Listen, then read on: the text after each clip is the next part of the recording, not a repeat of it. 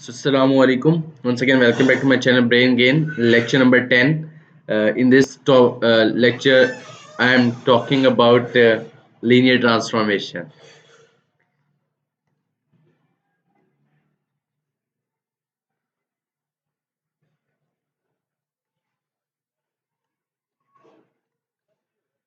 So, what is linear transformation? अगर हमारे पास एक मैट्रिक्स इक्वेशन है ax is equal to b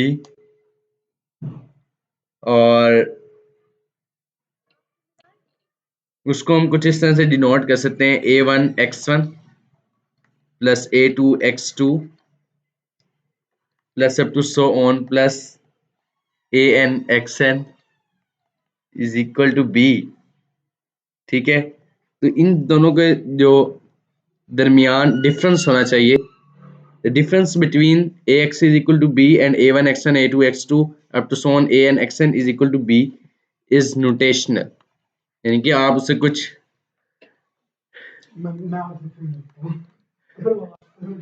notional उसे आप डिनोट कर सकें. ठीक है, let's suppose we have the mat this one matrix 4 2 -3 0 1 5 3 1.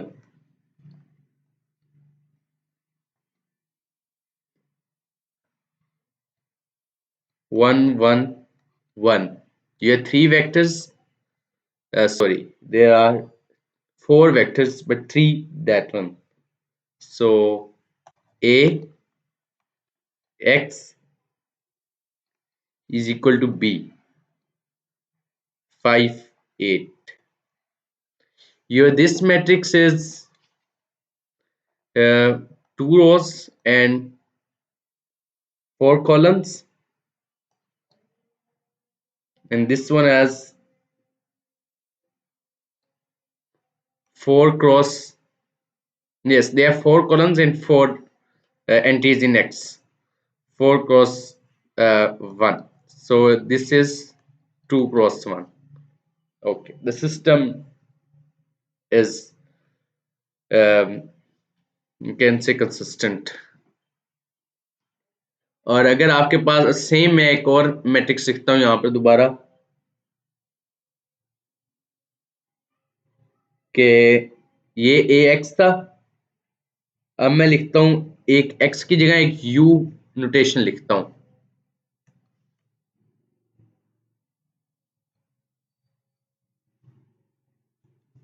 ठीक है, यू नोटेशन में हमारे पास है 1 4 -1 3. ठीक है, और इसको मैं अब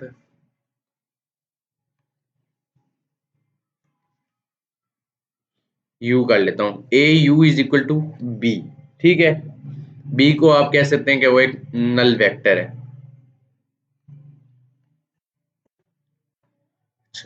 यानी कि वो इस तरह से ट्रांसफॉर्म किया जा सकता हो. ठीक है, वो किसी मैट्रिक्स के बराबर है, या यहाँ पर ये जो b जो है ना, पिछले में 5 8 था आंसर, इसके अंदर आप इसका आंसर जो देखेंगे मल्टीप्लाई करने के बाद ये 0 0 आएगा. ठीक है, इसमें से अब b जो है नल वेक्टर है. तो आपने देखा कि हमारे पास A x is equal to B आया और A u is equal to 0, यानी कि वो लीनियरली ट्रांसफॉर्म है. जब हमने ए को एक्स से मल्टीप्लाई किया तो हमें एक बी वेक्टर मिला, और जब हमने ए को यू से मल्टीप्लाई किया तब भी हमें एक बी वेक्टर मिला, पर वो एक नल वेक्टर था. बेसिकली बात करने का सिर्फ ये मसला है कि आपकी मल्टीप्लाई आप करें तो हमें एक आंसर मिल रहा है. ठीक है, अब हम एक एग्जाम्पल की तरफ जाते हैं.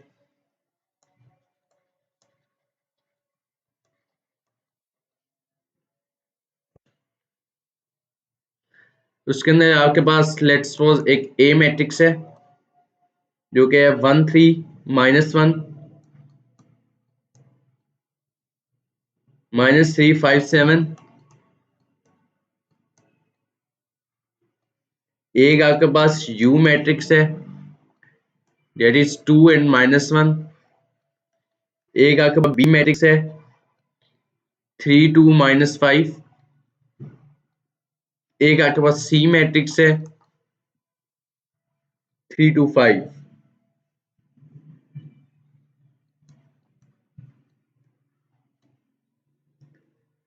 and defined by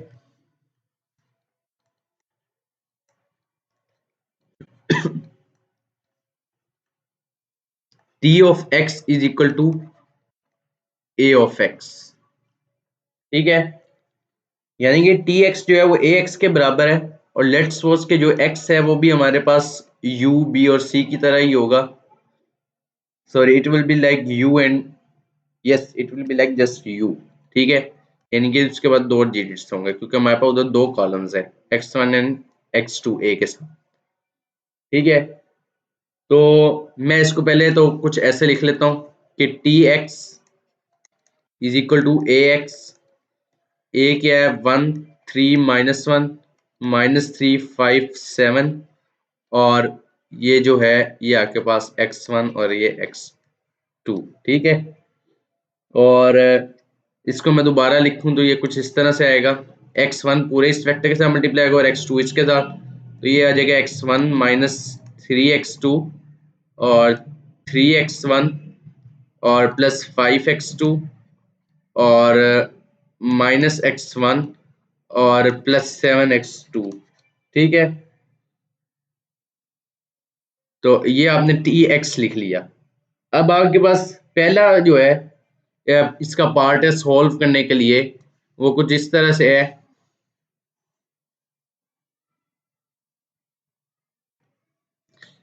पहला पार्ट, उसके अंदर आपने क्या करना है, आपने फाइंड करना है टी ऑफ यू, यानी कि एक्स की जगह आप क्या आ जाएगा यू। ठीक है, तो टी ऑफ यू, ठीक है, यानी कि ए यू। ठीक है, तो हमने वो जो ए एक्स फाइंड किया था, जहां जहां पे वो एक्स 1 आया था वहां पे हम यू का एक्स U1 डालेंगे 2, और जहां पे x2 आया था वहां हम -1 डालेंगे। तो अब हमारे पास हमारे पास इक्वेशन बनी थी x1 माइनस पहला कॉन्स्टेंट x1 -3x2, तो x1 -3x2, x1 will be replaced by u1 and x2 will be replaced by u2। यह दूसरा था 3x1 +5 इंटू x2। ठीक है, फिर जो तीसरा था वो था -x1 +5 सॉरी +7x2। अब मैं इसको अगर सॉल्व कर लूंगा तो आपके पास इस तरह से कुछ आंसर आएगा, 2 + 3 5 और 6 - 5 1 और -2 और -7 -9। ठीक है, अब बी पार्ट की तरफ हम जाते हैं।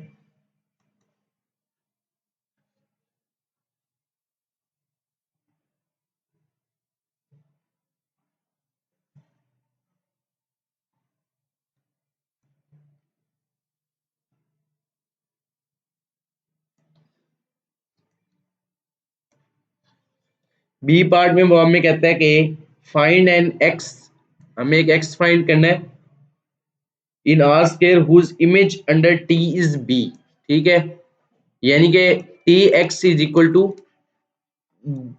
बी है। ठीक है, तो हमें यहाँ पर एक्स फाइंड आउट करना है, और टी एक्स किसके बराबर है आप जानते हैं, ए एक्स के बराबर है। तो मैं इसे लिखता हूँ A x is equal to B, जो कि कुछ इस तरह से होगा, ए में लिखूंगा 1 3 -1 -3 5 7, और x की जगह आ जाएगा x1 x2, और ये b के बराबर होगा। b हमारे पास क्या है 3 2 -5, और जब मैं इसे फिर a और b इसको मैं लिख दूंगा आर्गुमेंटेड मैट्रिक्स की फॉर्म में, ये आपके पास आ जाएगा 1 3 -1 -3 5 7 और ये 3 2 और ये -5। ठीक है, ये आपके पास आ गया।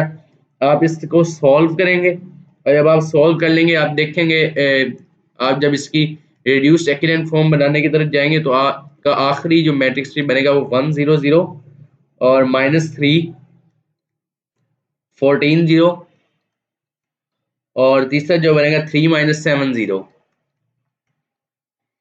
तो ये आ जाएगा। इसका मतलब क्या है कि आपका x3 जो है वो एक सॉरी, बल्कि ये नहीं, हमारे पास x1 x2 सिर्फ दो थे हमारे पास वेरिएबल्स और ये तीसरा हमारा b था। तो हमें x1 और x2 की वैल्यू चाहिए। तो ये जो पहली इक्वेशन बन रही है ये बनती है 14x2 इज इक्वल टू -7। तो इससे आपके x2 की वैल्यू निकल आएगी -0.5। ठीक है। और इसी तरह जब मैं पहली इक्वेशन लिखूंगा x1 plus -3x2 is equal to 3, तो मैं x2 की वैल्यू पुट करूंगा तो मुझे x1 1.5 गालबन मिल जाएगा। It will be, yes it will be look like that. तो आपने देखा हमने ये भी फाइंड कर लिया। अब इसका अगर हम तीसरा पार्ट करने की तरफ जाएंगे, is there more than one whose image in T is B, यानी कि क्या हमें x1 और x2 की वैल्यूज सी पार्ट में वो ये पूछता है कि क्या हमारे पास कुछ, यानी कि x1 और x2 की सिर्फ एक ही वैल्यू है जिसके आंसर से हमें b मिलेगा। कहना ये चाह रहा है कि अगर हम a के साथ x को मल्टीप्लाई करते हैं तो हमें b मिलता है। तो क्या कोई x की कोई और वैल्यूज भी होंगी जिन पर हमें जब जिनको हम a से मल्टीप्लाई करेंगे तो हमें b मिलेगा? नहीं, क्योंकि जब हमने a और b को सॉल्व किया तो हमें x1 की सिर्फ a की वैल्यू मिली और x2 की भी a की वैल्यू मिली। तो इसका जवाब है नहीं, x1, यानी कि आसान अल्फाज में सवाल ये है क्या x1 और x2 की सिर्फ एक ही वैल्यू है या ज़्यादा सारी वैल्यूज हैं? तो हमारा जवाब है कि x1 और x2 की वैल्यू सिर्फ एक ही है, यानी कि यूनिक सिंगल वैल्यूज हैं इनकी। तो इसको इरेज करते हैं। अच्छा, चौथा पार्ट भी है इसका।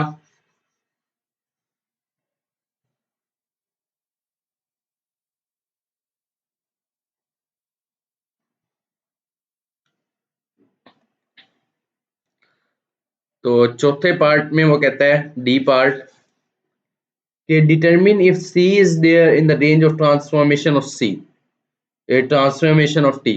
तो यानी कि हमें क्या फाइंड करना है कि हमें बताना है कि क्या T x is equal to C हो सकता है। अच्छा, सी भी आपका एक वेक्टर है, टी एक्स इसके बराबर है, ए एक्स के बराबर है। तो मैं ए लिखता हूँ दोबारा, 1 3 -1 -3 5 7 और एक्स में लिखता हूँ x1 x2 और आपका जो सी है वो मैं लिखता हूँ 3 2 5। ठीक है। तो आप जब इसको दोबारा आर्गुमेंटेड मैट्रिक्स की फॉर्म में लिखेंगे तो 1 3 -1 और -3 5 और 7 3 2 5, और इसको जब मैं फिर आर्गुमेंटेड मैट्रिक्स को सॉल्व करूंगा, एक्लियन फॉर्म बनाऊंगा, तो ये मेरे पास आएगा 1 0 0 और -3 14 0 और 3 -7 35। ठीक है। दरअसल ये ए मैट्रिक्स वाला पार्ट है और ये हमारा कॉन्स्टेंट्स वाला पार्ट है। तो हम क्या करते हैं, पहली अगर मैं इक्वेशन लिखूं तो वो है x1 -3 x3 x2 is equal to 3। चले मान लें इस तरह की भी इक्वेशन हो सकती है। फिर दूसरा है आपके पास 14x1 और sorry 14x2 is equal to -7, ये भी सही है। ठीक है, पर 0 + 0 इज नॉट इक्वल टू 35। तो जो सी है वो टी की इमेज नहीं है किसी भी एक्स के अंडर। ठीक है, क्योंकि हम आपका सिस्टम इनकंसिस्टेंट है यहाँ पर। आप ये जो है इस चीज एग्जिस्ट नहीं करती, 0 is not equal to 35, that way your system is inconsistent। इसके बाद आपके पास एक और एग्जांपल 3 है।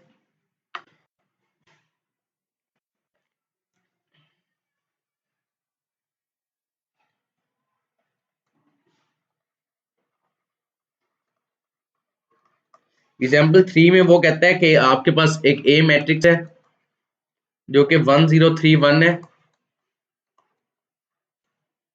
और defined by T x is equal to A x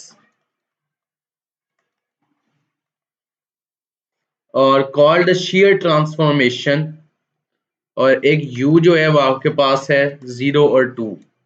ठीक है, आपने क्या करना है,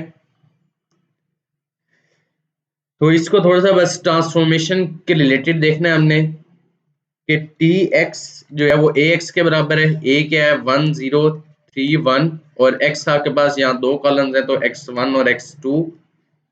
ठीक है, और टी यू के लिए अगर आप देखेंगे इसी सिस्टम को तो वो आएगा 1 0 3 1, और x1 x2 की जगह 0 और 2। ठीक है, ये सारा तो इसके साथ 0 हो जाएगा, और 2 3 या 6 और 2 1 जा 2, जो कि इस तरह से आ जाएगा, ये 6 और ये 2।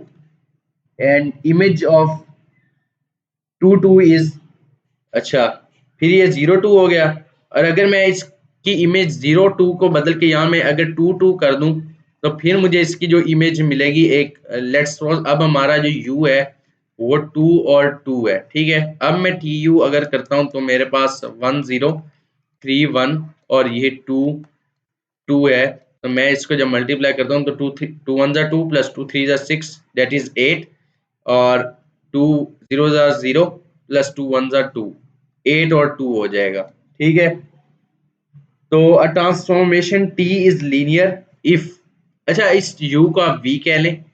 अब ये ट्रांसफॉर्मेशन लीनियर है, कब होगी, अब हम ट्रांसफॉर्मेशन के लीनियर होने को देख रहे हैं कब के, अगर मैं t of u plus v लूं तो वो मुझे t of u plus t of v मिले। ठीक है, और अगर मैं t इंटू कॉन्स्टेंट को मल्टीप्लाई करता हूं तो वो भी मुझे c into T of u मिले। ठीक है, if t is a linear transformation then, अगर t लीनियर ट्रांसफॉर्मेशन होगी तो मैं जब t ऑफ 0 फाइंड करूंगा तो मुझे वो 0 ही मिलेगा। और इसी तरह अगर मैं कोई कॉन्स्टेंट्स मल्टीप्लाई कर रहा हूँ t के साथ, जो आगे वेरिएबल्स है मेरे पास, t of C U plus D V is equal to, ये c और d कांस्टेंट है तो मैं c into T of u plus d into T of v करूं तो ये भी चीज वेरीफाई होगी। ठीक है, तो और देख लेते हैं इस तरह के रिलेशन आप इस t u और v से फाइंड आउट कर सकते हैं। t of c1 v1 plus up to so on plus cp vp is equal to c1 t of v1 plus up to so on plus cp and t into v of p। ठीक है, तो ये सारे relations verify करेगा अगर आपका ये जो ट्रांसफॉर्मेशन है टी की अगर लीनियर होगी, और आप इसको यहां से वेरीफाई कर सकते हैं। तो अगली एग्जांपल देखते हैं कि उसके अंदर क्या है। Example 4, T of X is equal to R X, और जो आपका r है वो greater than 0, greater than equal 0, less than equal to 1, और जो डायलेशन के अंदर ये आपकी कॉन्स्ट्रेंट के अंदर एक है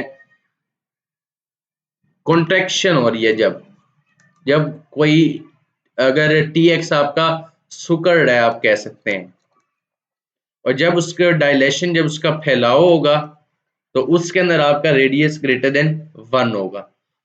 ठीक है, r इज इक्वल टू 3 पे show that t is a linear transformation.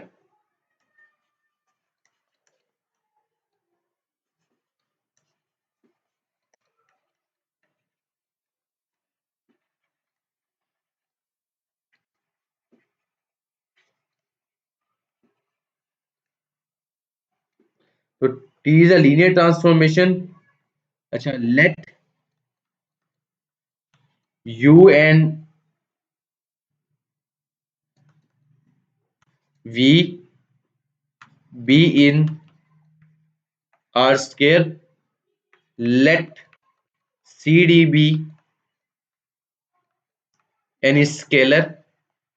हमें ये चीज प्रूव करने के लिए करना है, तो आपका ये जो है T of C U plus D V, ठीक है, 3 टी जो है T x is equal to R X, तो आर की वैल्यू हमने 3 लेट की है, 3 इंटू और साथ T x is equal to R X, तो टी की जगह आर आ गया और एक्स की जगह C U plus D V आ गया। ठीक है, आप इसको अब ऐसे लिखते हैं 3 CU प्लस 3 DV, और मैं अब सी को अगर बाहर ले लूं तो ये 3V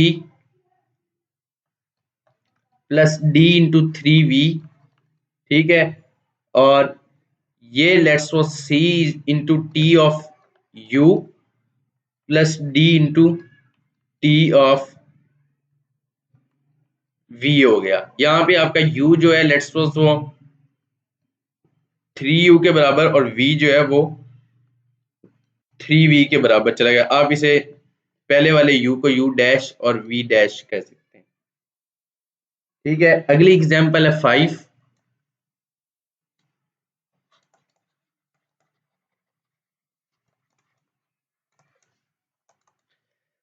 उसके अंदर आपको tx कुछ इस तरह से दिया हुआ है 0 1 -1 0 और x1 x2, और ये आएगा बराबर -x2 और x1 के। ठीक है, और u जो आपका है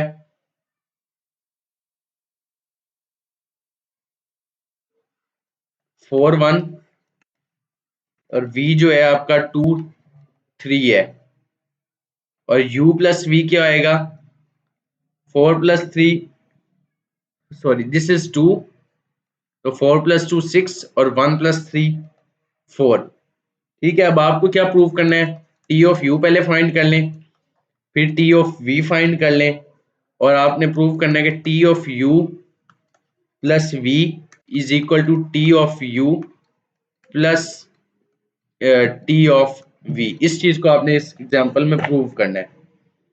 अच्छा, इसके बाद वाली एग्जांपल्स भी इसी तरह की हैं। एग्जांपल 8 को खुद ट्राई कीजिएगा आप। जब कंसेप्चुअल पेपर्स बनते हैं तो इन तरह की एग्जांपल 8 की तरह के क्वेश्चंस पेपर में आते हैं। और लेट्स सपोज एक लास्ट एग्जांपल करते हैं हम। एग्जांपल 1 है, अगले टॉपिक से थोड़ी सी रिलेटेड भी होगी। तो एग्जांपल 1 के अंदर आपके पास एक आइडेंटिटी मैट्रिक्स है ऑर्डर 2 की 1 0 0 1, और आपके पास E1 जो है इसका पहला कॉलम है 1 0, और E2 आपके पास दूसरा कॉलम है 0 1।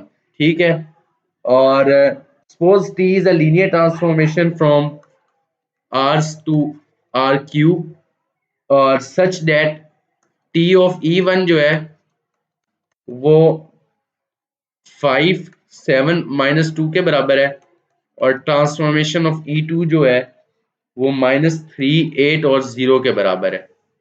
ठीक है, तो हम क्या करेंगे, ये हमारे पास 1 0 0 1 है, E1 और E2 वेक्टर्स हमने लिखे हैं, और x हमारा हो गया x1 और x2। ठीक है, ये tx हो गया। तो ये किस तरह से आएगा, x1 इंटू 1 0, हम एक लीनियर ट्रांसफॉर्मेशन की शेप बस इसमें दिखाएंगे 0 1। अच्छा, ये आपके पास हो गया x1 E1 plus x2 E2। ठीक है, हमने tx को x1 E1 plus x2 E2 की तरह दिखाया। और अगर मैं since t is a linear transformation है, तो एक और रिलेशन भी इसके अंदर आ सकता है कि tx is equal to x1 into transformation of E1 plus x2 into transformation of E2। और अब आपका tx जो है वो x1 ट्रांसफॉर्मेशन ऑफ E1 क्या है 5 7 -2, और x2 ट्रांसफॉर्मेशन ऑफ E2 क्या है -3 8 और 0। और इसको जब मैं सॉल्व करके लिखता हूं तो ये मेरे पास आ जाता है 5x1 -3x2 और 7x1